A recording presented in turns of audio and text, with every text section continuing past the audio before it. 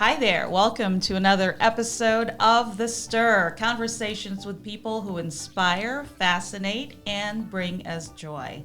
Well, today our guest is somebody who I want to be when I grow up. She is doing so much fun stuff that I would like to do, and so I'm kind of living vicariously through her. She has added another category, another notch to her already long list of accomplishments. She's a columnist, she's a show producer, she's a show co-creator, and now she is a first-time author. Ladies and gentlemen, welcome my friend Debbie Baldwin. Hello, Debbie. Hey, Trish. Good to see you. Glad to be here. All right, so let's get going here, Debbie. You are soon to be releasing your first ever novel. Correct. Tell me a little bit about it. The novel is called False Front, and it's romantic suspense. It's definitely, a beach read. I was going to say, light, sounds like the perfect beach read for me. There's a little steam, there's a little intrigue, there's, it's, I think, what everybody is looking for when they're grabbing a book to read before they go to bed or take on vacation. I just remember during our days at the other publication that you were into beach reads because, it's just one of those things. It's easy. You don't have to think about it too much. They keep you entertained. What about this novel made it for you, just the culmination of all the great beach reads that you've read all this time? It's, I read before I go to bed every night. And I go from sort of genre to genre. And my husband always laughs at me because he's like, oh, God, you're in like serial killer phase right now because I've got, the bat under the bed or, So I was in this romantic suspense phase for like 6 months. And I was, how you just scroll through the queue on Amazon, what they recommend, or, what's because if you read a really good one, it gives you a taste to want that more. Exactly. Uh-huh. So, and I'm like scrolling through, and I'll download a sample and read a page. No, this isn't what I'm looking for. This isn't what I'm looking for. And I was just sitting in bed one night, and I was like, I'm just going to write what I'm looking for, which is, I had this little checklist in my mind of what I would like when I was reading a book like that. And this story is, it's romantic suspense, so it's the half romance, and the suspense component is based on, in World War II, there was a Japanese lab in Manchuria in China, and it was really one of the first forays into biological warfare, where, the atrocities were horrific, and this lab was shut down. And there were lots of rumors.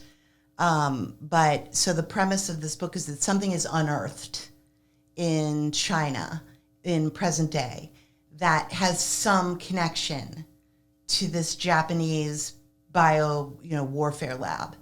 And so the main character, his name is Nathan Bishop, is working with the government through his private defense contracting firm to track whatever was discovered and figure out if it's dangerous, figure out how, if it's changing hands, who wants it, what is it.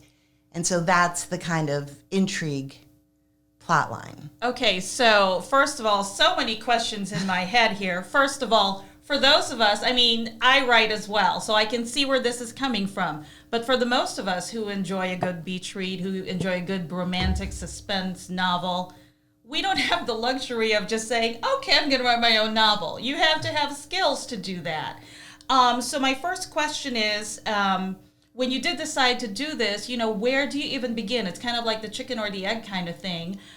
You said, you started with this premise, but you also have another story going on with the heroine, I guess we call her, and you described her as like this 21st century Lindbergh baby. Right. So the main male character grew up in Connecticut and in a very privileged life. Next door neighbor was a young child who was abducted, and she was found, but they never solved the mystery of who had taken her and why. There was never a ransom demand. The person was never caught, but the flunkies, the kidnappers themselves, were killed in prison. The FBI is aware of like searches for her throughout her life, and what her father did was basically put her in his own private version of a witness protection program. Okay. He changed her identity. He moved her out of Connecticut, and this young man who lived next door, Nathan Bishop, knows nothing about her. Like, in his mind, she disappeared and was never found. Right. So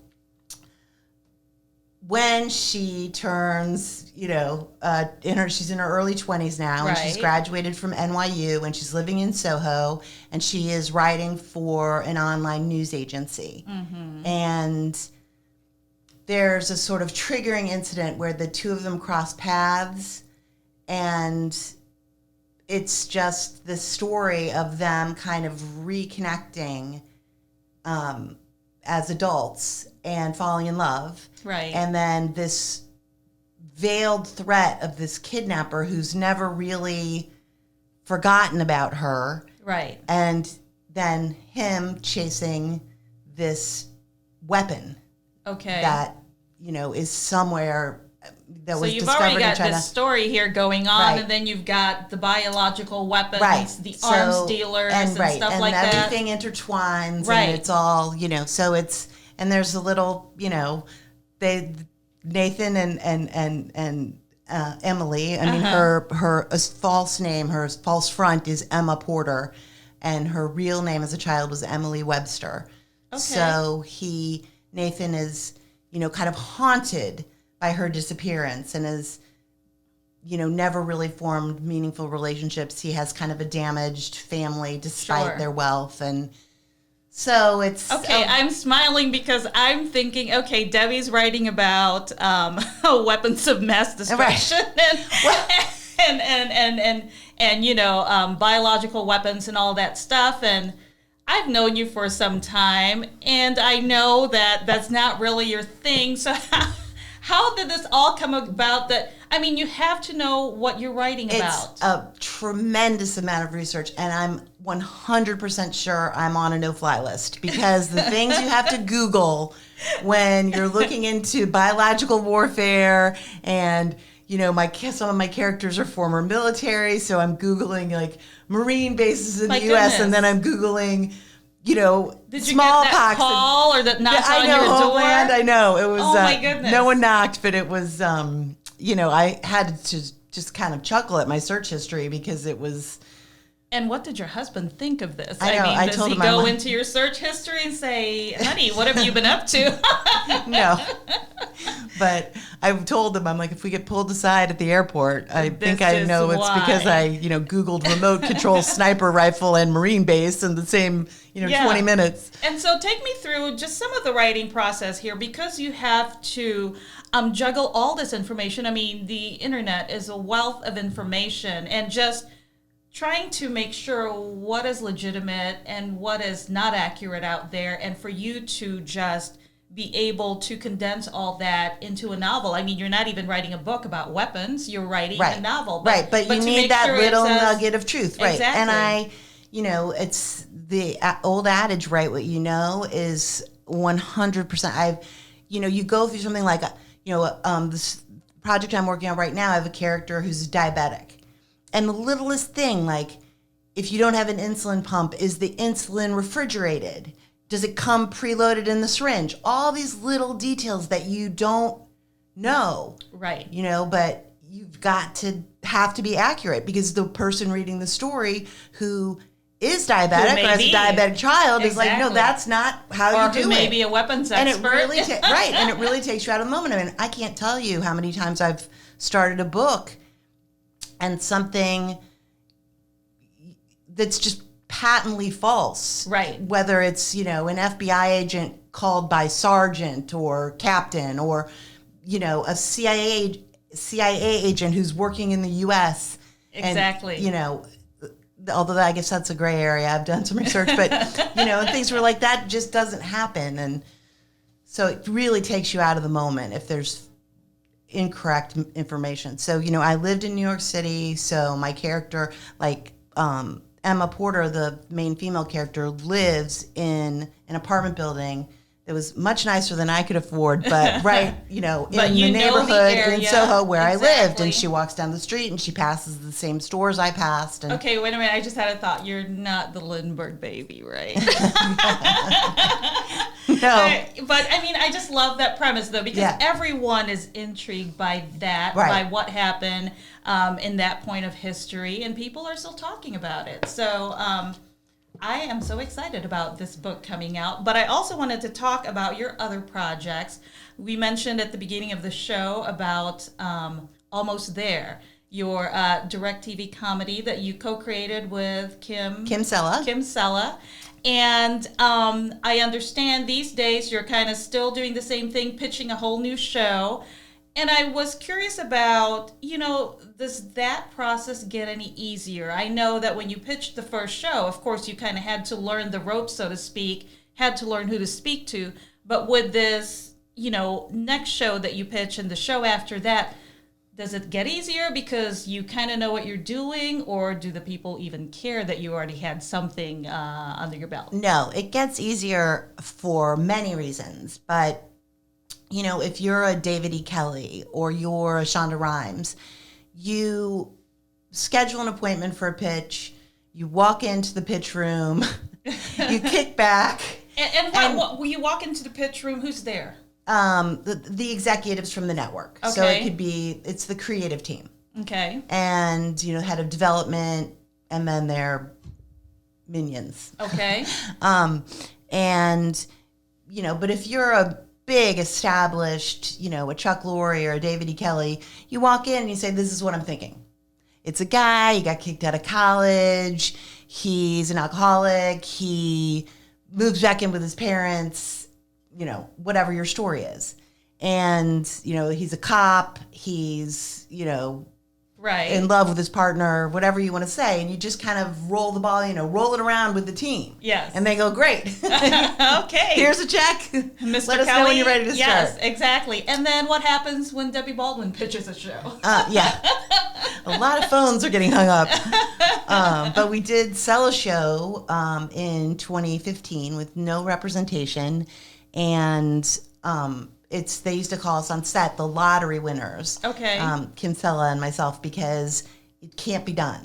You can't sell a show without representation. And we managed it and shot the first season of our single camera comedy, Almost There, which starred Stephen Pasquale and Susan Kelechi Watson, who's now on This Is Us. Yes. And it was an incredible experience. And as all things, in TV, there's always, I looked at Kim at one point and said, how does anything get made?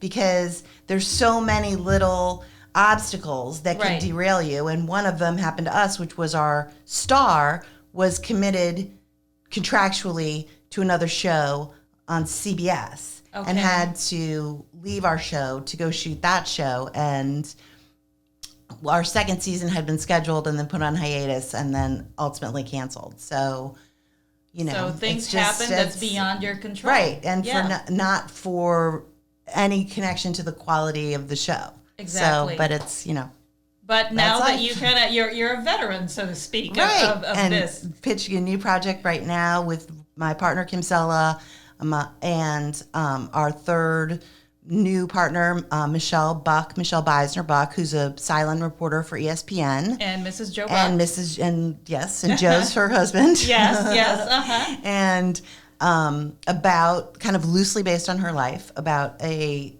female sideline reporter in sports, and it has kind of a modern day Mary Tyler Moore feel. There's that whole Me Too movement, and this concept of being a woman in a man's world is very, hot button issue right now. So we got very lucky. We started writing it about 18 months ago, and just, And the climate has changed. Had you been working on this show 5 years ago, 10 years ago, probably the tone would have been a little different, I would think, right? I know, it's like Bombshell. Yes, it's just all this, anyway, it's been a ton of fun to write, and, the odds of getting it from, my keyboard to the small screen are Right. always remote, but we're going to see what we can But do. that's definitely something we want to look forward to because the concept sounds really exciting, Yeah. and we know Debbie, so we definitely want to root for our hometown girl here. So from the small screen to the big screen, you and I both love the movies. You are probably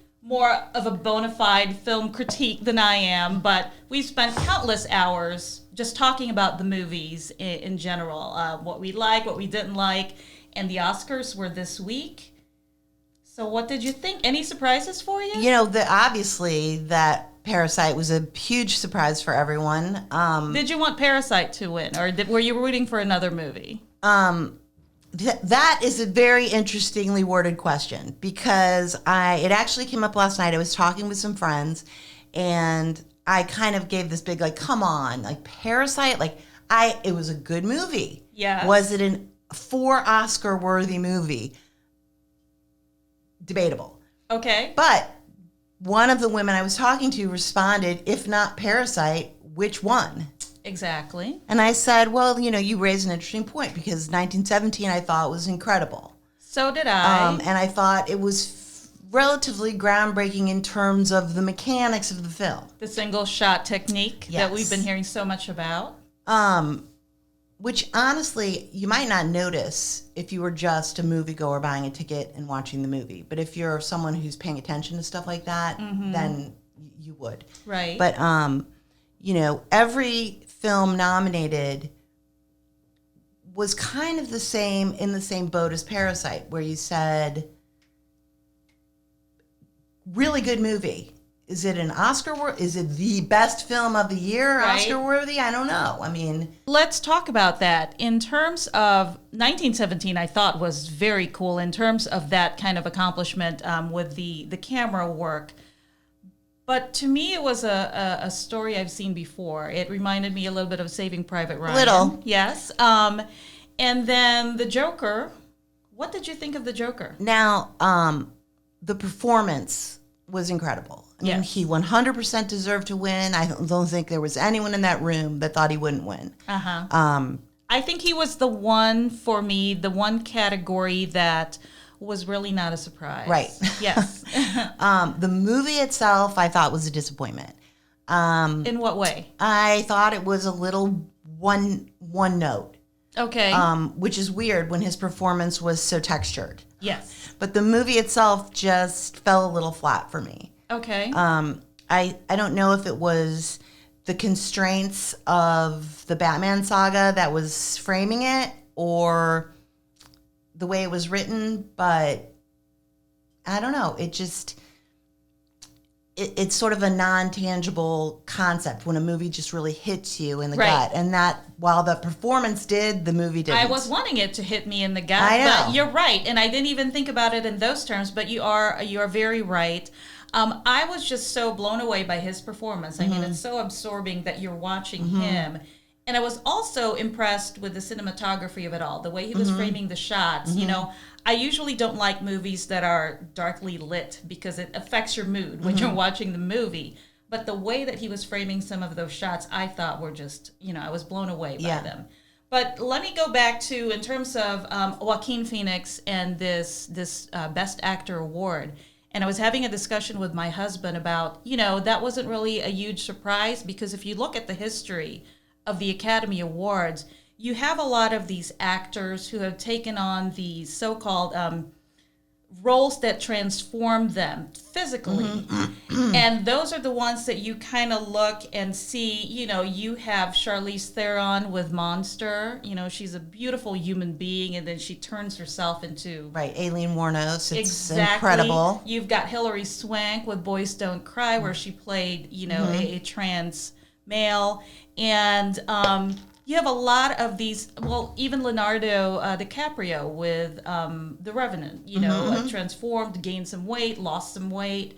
So I don't know if that really has anything to do with it, but I have noticed that with a lot of these best acting roles that you almost sort of have to make some kind of physical transformation to even be secured on the nominee list. Right. Well, I mean, that's like maybe going far, but there's no question a role like that, which is going to be like a meaty role that in your, as an actor showing the lengths you're willing to go. I mean, Robert De Niro gained and lost 60 pounds for Raging Bull. And, at the time I can remember that in an interview, he said the doctor said he probably took 10 years off of his life. That might be extreme, but I might not be remembering it exactly right. But years off, did a lot of harm to his body to do that. But he has the statue for it. Exactly. But yeah, I mean, the lengths that you go through to do that. I mean, just to go back to Charlize Theron for a second, because obviously Monster was an incredible performance and she was unrecognizable. And then in Bombshell this year, where I'm trying to remember, she was Megyn Kelly. Yeah, Megyn Kelly. Yes. And you cannot look at still shots of her and not think it's Megyn Kelly. It's unbelievable. Even her voice. I mean, that performance and that transformation, while obviously more subtle and more appealing than Monster, is still such an achievement. I mean, for hair and makeup. In that, on that film. Hair and makeup incredible. For a lot of these roles. I mean, even Renee Zellweger with Judy. Right, incredible. Just the transformation, and you get lost in that, and you really start to believe, and you believe that they are who they play. That's the magic. That's when you've really, when you, as a moviegoer, if I'm sitting in the theater and I lose track, that's when I'm just in love with the film. Yes, yes, exactly. So let's go back to Parasite. So you say, you think that it was a good movie, but it wasn't perhaps... Okay, on so many levels, it's a good movie. The one thing that and this is my own little peccadillo, I don't, I'm sure a lot of people disagree with this, but I don't like a movie that doesn't seem to know what it is. And Parasite starts off, I mean, it almost reminded me of Noise is Off, the Broadway show, with the, the hiding on the stairs and the hiding under the table and the, the characters all under the coffee table. And, when you're laughing out loud at this lunacy and then record scratch, it takes a vicious 180 and goes from being this sort of curious but entertaining black comedy to being this kind of brutal social statement and on wealth disparity. Yes. And a lot of issues unearthed there. There's so many layers. So many. Okay. See, I haven't quite decided whether I like that in terms of just, being switched around in terms of what you're expecting and what it actually is. But I do like the fact that this is something like the movie Us, which was not nominated, was not recognized, and I was a little disappointed about that. You start off with some kind of a premise, but there are so many layers and the types of social commentaries that it makes on what is going on in our world today, which is what I found attractive about it. And I did think it was...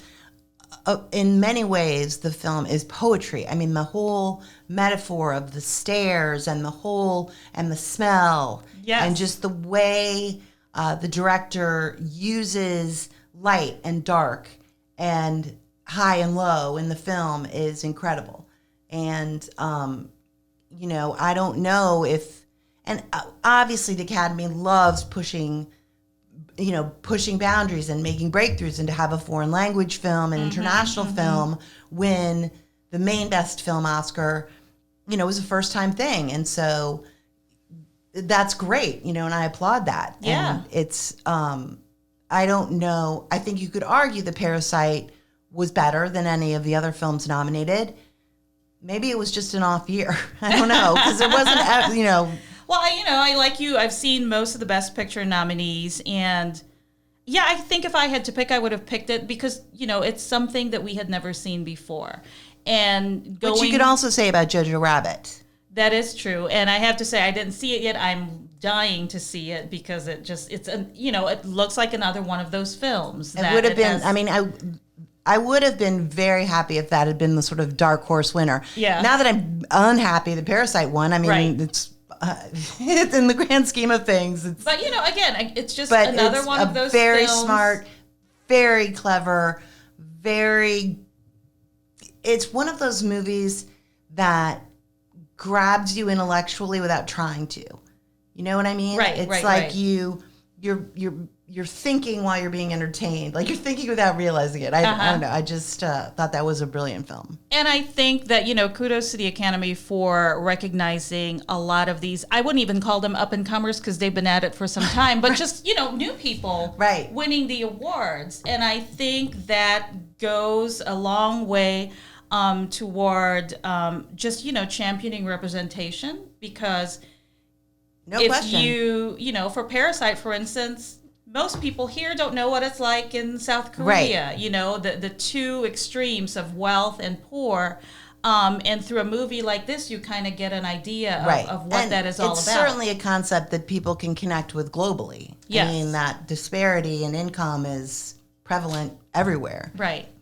But, yeah, so... So from the Oscars, we're talking about now movies to look forward to. It looks like it's going to be quite a summer blockbuster lineup of movies coming up.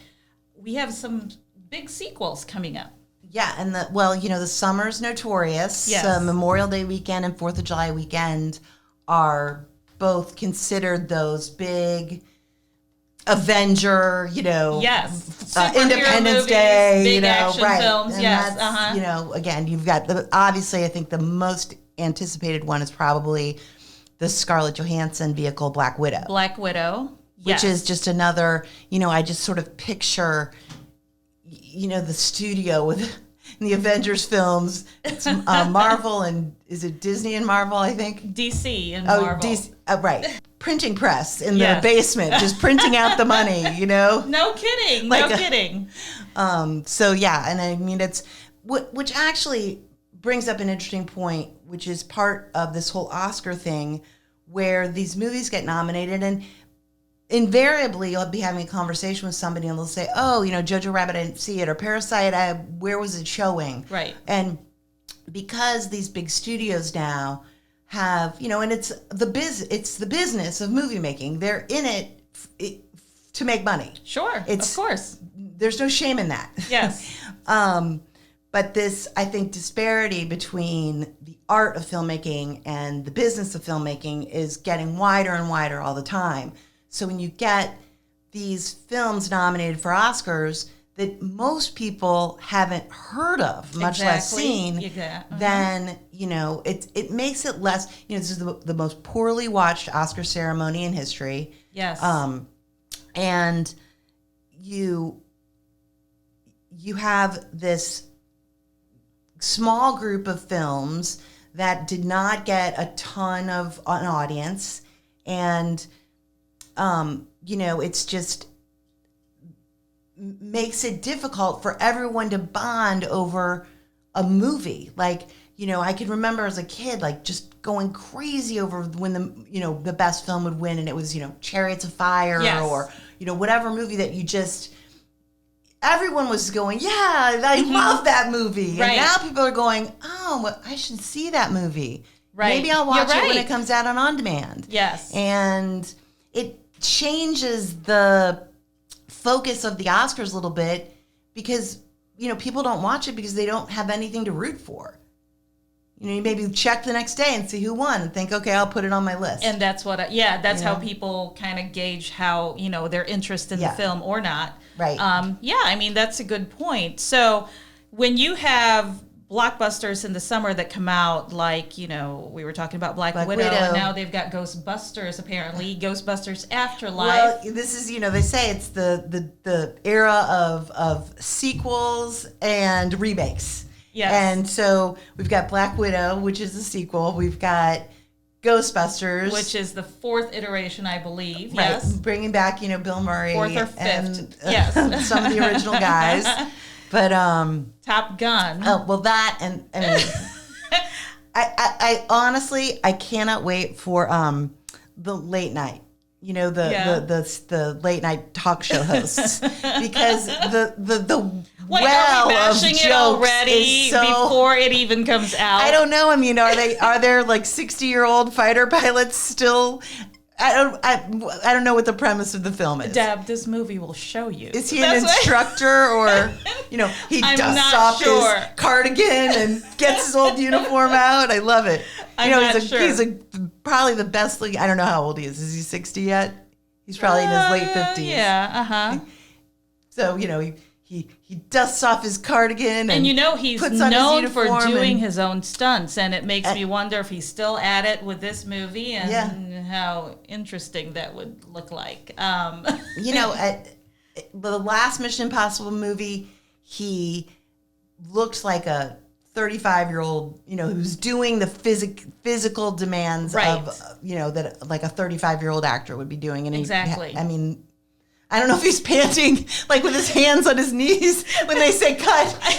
They've got the oxygen mask on him like an NFL player on the sidelines. I guess if you're Tom Cruise, the sky's the limit, and you've got your trainers at the ready, your physical therapists or what have you. But I just found that interesting. And also, again, Bill and Ted is coming out with its third sequel, and why not?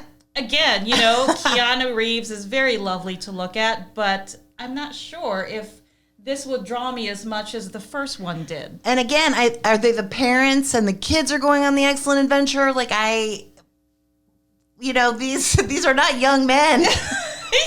No, they are not. I grew up watching them, so I know how old they are. Yeah, same here. So, but anyway, we're having fun, and just wait until we see some of these movies this summer. So, talking about things to look forward to, we're looking forward to the release of your book, and we hear that it's probably going to be next month. Looking like March 1st right now. Okay, for Falls Front. And where can we find the book? All online booksellers, and it's Amazon, Barnes & Noble. It's available in paperback, hardback, and e-version. And of course, stay tuned to Gazelle Magazine and gazellemagazine.com, because we will keep you apprised about Debbie Baldwin's debut book, Falls Front, as soon as we find out when that release date is going to be. Until then, thank you so much for joining us on The Stir, and we will see you next time.